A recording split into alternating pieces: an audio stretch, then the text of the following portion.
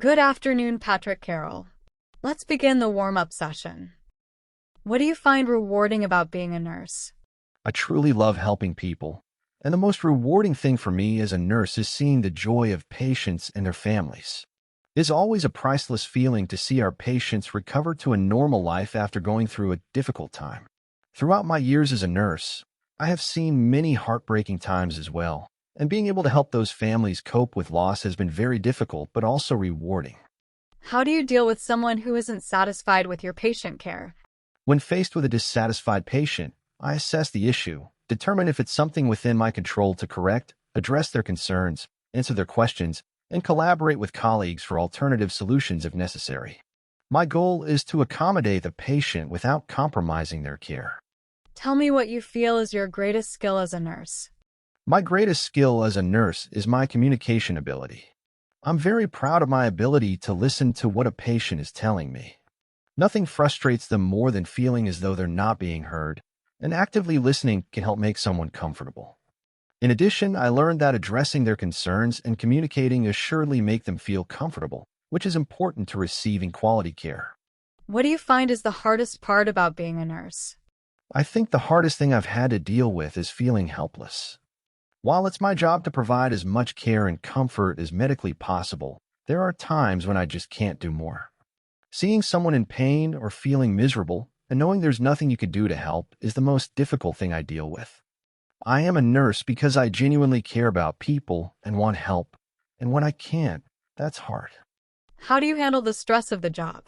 To handle the stress of the job, I prioritize self-care and seek support from colleagues and loved ones.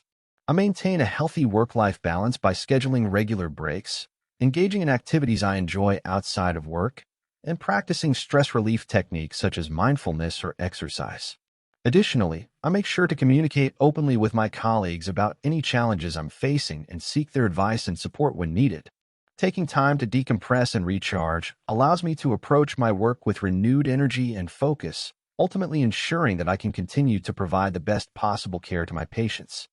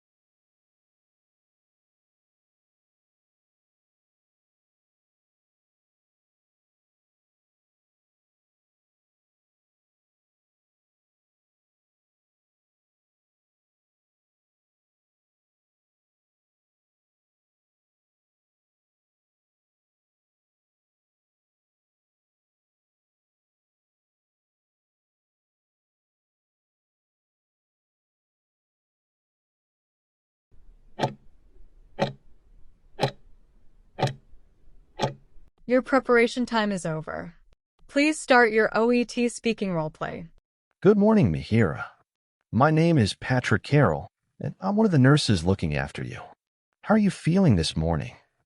A bit embarrassed, to be honest, and still a little shaky. I just can't stop thinking about what happened on my stream. It was so public. I can absolutely understand why you'd feel that way. Having a medical event in front of an audience must have been very distressing. The reason I've come to see you is that the doctor has reviewed all your results, and we're now discussing your discharge and planning for you to go home. I wanted to check in and find out what your main thoughts and feelings are about returning home after such a public incident. I'm worried my viewers will think I'm unreliable or worse, that there's something really wrong with me. What if they don't want to watch my streams anymore? And honestly, I am a bit scared it might happen again when I'm alone. Thank you for sharing that with me. It's completely valid to have those concerns. Mihiraa, let me explain what happened, which should help to reassure you. The medical term for your fainting episode is vasovagal syncope, which is a very common type of fainting. I want to be very clear that this is not a serious heart or neurological condition. It was caused by a sudden temporary drop in your heart rate and blood pressure, which reduced blood flow to your brain. The positive news is that it's easily manageable, which is precisely why the doctors are confident in the decision for you to be discharged. Okay, that's a relief to hear it's not something more serious. But what caused that drop in blood pressure in the first place? That's an excellent question, and it leads directly into the lifestyle adjustments we need to discuss, especially considering your profession. The triggers we identified were a combination of dehydration, prolonged sitting in a fixed position, and intense concentration, all of which can lead to blood pooling in your legs. To create a tailored plan, it would really help me if you could describe what your typical streaming schedule is like.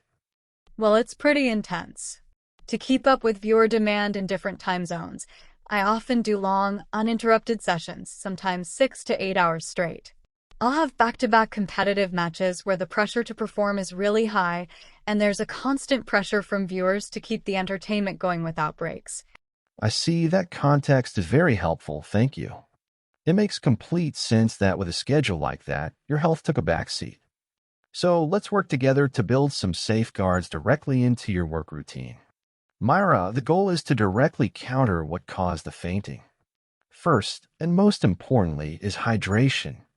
Since dehydration was a key trigger, I'd like you to move away from drinking only when you're thirsty. Instead, could you schedule specific hydration breaks, perhaps between matches or at the top of every hour, to proactively drink water? Secondly, to tackle the issue of blood pooling in your legs from prolonged sitting, simple movement is key. I'm suggesting brief but regular leg exercises, like ankle circles or pumping your feet up and down, every 30 minutes. This acts like a pump to keep the blood circulating. Also, being mindful of your posture, sitting up straight rather than slouching, can help maintain good blood flow. The silver lining is that your profession offers a unique way to make this happen. You could frame these necessary breaks as part of your stream, perhaps a quick stretch session with your viewers or using a natural pause, like an in-stream ad, as your cue to stand, walk around for a minute, and even share a health tip when you return. How does integrating something like that sound to you? I suppose I could build that in. I live with my partner, so they might be able to help remind me to take breaks. That's wonderful to hear you have a partner at home. Having a good support network, whether it's your partner, friends, or family, is incredibly important for reinforcing these new habits. Mihiraa, following this plan is essential to prevent a recurrence and maintain your long-term health. A key part of this plan is to contact your GP immediately if you experience any new or worsened symptoms, such as persistent dizziness or chest pain. Furthermore, we strongly advise you to book a follow-up appointment with your GP in 2 weeks. This is to check on your progress and make any necessary adjustments to your treatment plan. How's all that sound to you, Mihiraa? It sounds manageable. A bit daunting to change my routine, but you've explained it all so clearly. Thank you, Patrick. You're very welcome, Mihiraa. My goal is to make sure you feel confident and prepared for your discharge.